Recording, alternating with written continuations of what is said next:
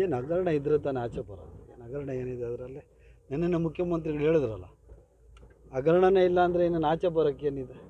ಏನು ಹಗರಣನೂ ಇಲ್ಲ, ಯಾತರದ್ದು ಇಲ್ಲ. ಯಾವುದು ಈಗ ಬೇರೆ ಯಾವುದ್ರ ಬಗ್ಗೆ ನೀವು ಮಾತಾಡ್ತಾ ಇದ್ದೀರಿ ಹೇಳಿ?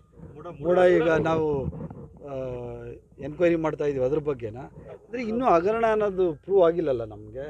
ಏನಾಗಿದೆ, ರೈತರು ಕೊಟ್ಟಿದ್ದಾರಾ, ಸೈಟ್ಗಳು ಪ್ರೈವೇಟವ್ರು ಕೊಟ್ಟಿದ್ದಾರಾ, ಏಜೆಂಟ್ಸು ಏನಣ್ಣ ಜಮೀನು ಕಳ್ಕೊಂಡಿರೋರು ಕೊಟ್ಟಿದ್ದಾರಾ? ಇನ್ನೂ ಹಗರಣ ಅಂತ ಪ್ರೂವ್ ಆಗಿಲ್ಲ.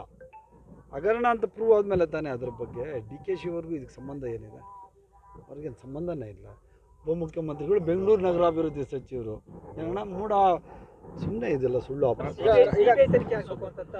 ಏನಕ್ಕೆ, ಯಾವ ವಿಚಾರಕ್ಕೆ, ಏನು ಆಗಿದೆ ಅಂತ ಯಾಕೆ ನಮ್ಮ ಸ್ಟೇಟಲ್ಲಿ ಪೊಲೀಸ್ ಇಲ್ವಾ? ನಮ್ಮ ಸ್ಟೇಟಲ್ಲಿ ನಮ್ಮ ಅಧಿಕಾರಿಗಳಿಲ್ವಾ? ಏನು ಎಲ್ಲನೂ ಮಾತಕ್ಕೆ ಮುಂಚೆನೇ ಎಲ್ಲ ಏನು ಹಗರಣ ಆಗಿದ್ರೆ ತಾನೇ ಏನಾದರೂ ಕೊಡೋದು ಅಲ್ಲಿ? ಅದಕ್ಕೆ ಮುಂಚೆ CBI ಹಂಗಾದ್ರೆ BJP ಅವ್ರು ಏನು CBI ಕೊಟ್ಬಿಟ್ಟು ಇದು ಮಾಡಾಕ್ಬಿಟ್ಟವ್ರೆ. ನಮ್ಮ ಪೊಲೀಸೆಲ್ಲ ಇನ್ವೆಸ್ಟಿಗೇಷನ್ ಮಾಡೋರು ಎಷ್ಟು CBI ಕೊಟ್ಟವ್ರೆ?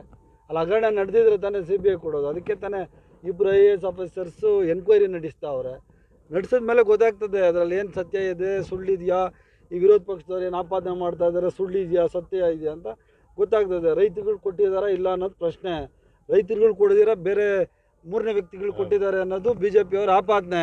ಅದಕ್ಕೇ 2 IAS ಆಫೀಸರ್ಗಳವರ ನೇತೃತ್ವದಲ್ಲಿ ಎನ್ಕ್ವೈರಿ ಮಾಡಲಿಕ್ಕೆ ಕೊಟ್ಟಿದ್ದೀವಿ. 4 ವಾರಗಳ ಸಮಯ ಕೊಟ್ಟಿದ್ದೀವಿ.